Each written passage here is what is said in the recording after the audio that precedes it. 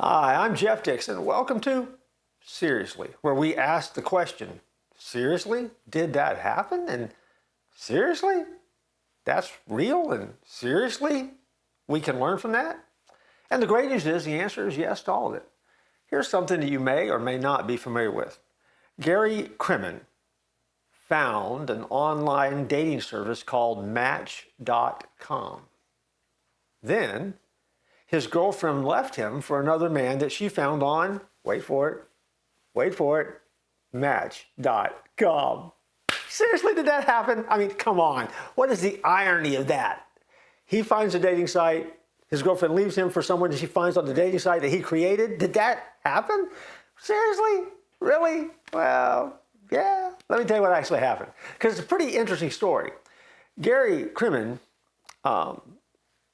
is aware of that story. It's circulated for years. It's a story that's been around for a long, long time. And it makes for the perfect ironic headline.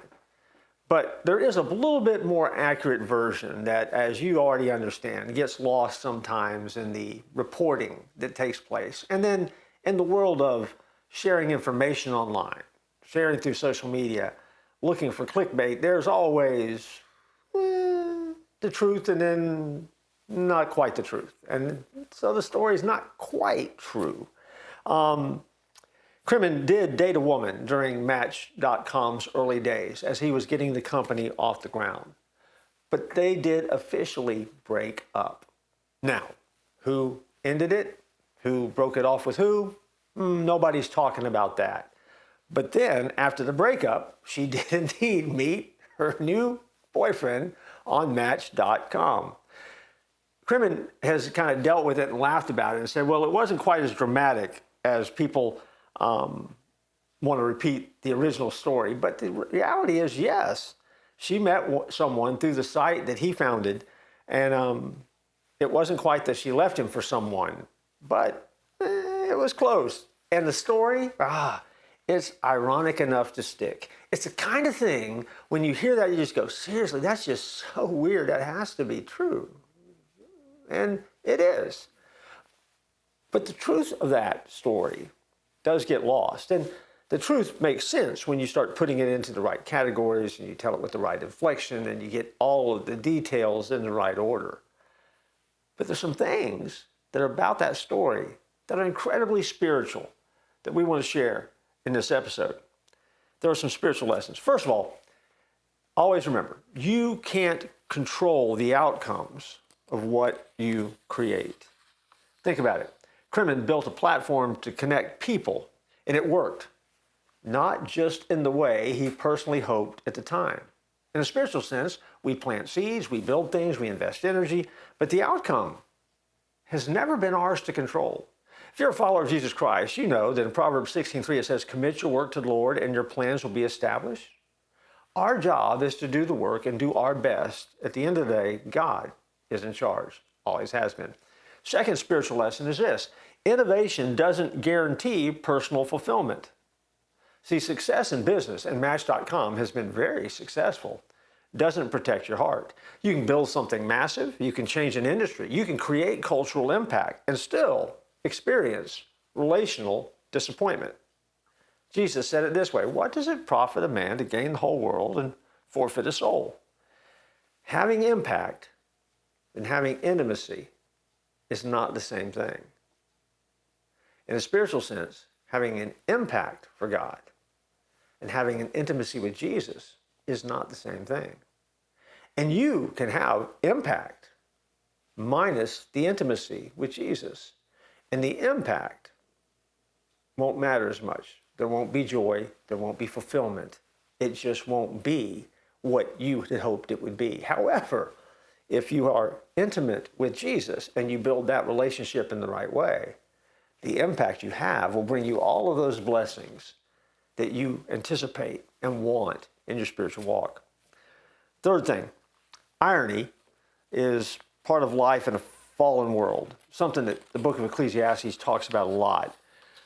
Think about it. You create a tool to connect people, and it connects someone you love to someone else. Life under the sun is full of irony.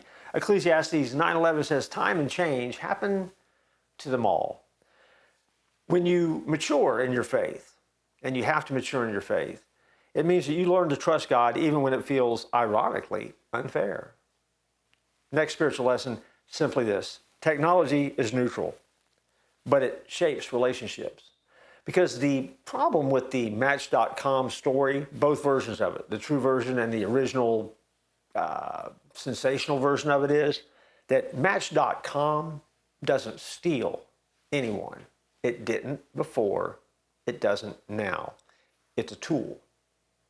Sometimes we forget that in this highly connected world that we live in. Match.com is just merely a tool that's used by people to meet other people. That's what it is. It's a tool. The spiritual part of that side of the story means that technology amplifies opportunity, but technology doesn't build character. Tools reveal what's in the heart, but those tools don't form the heart. The deeper issue isn't any relationship, but it's about commitment, alignment, the covenant that you have with God and what you're willing to do. And so the technology, yes, neutral. Can it be used for good? Yes. Do people use it successfully? Yes. Can it be fantastic? Yes. Can it go the other direction? Yes.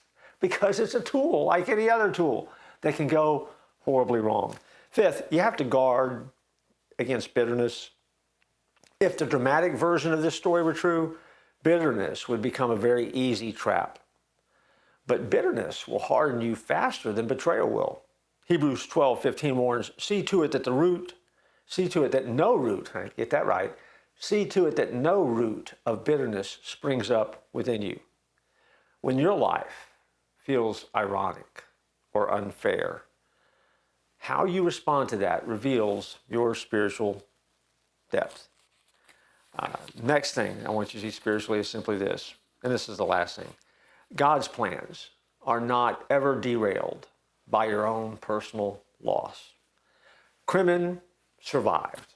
He went on to build and invest in other ventures.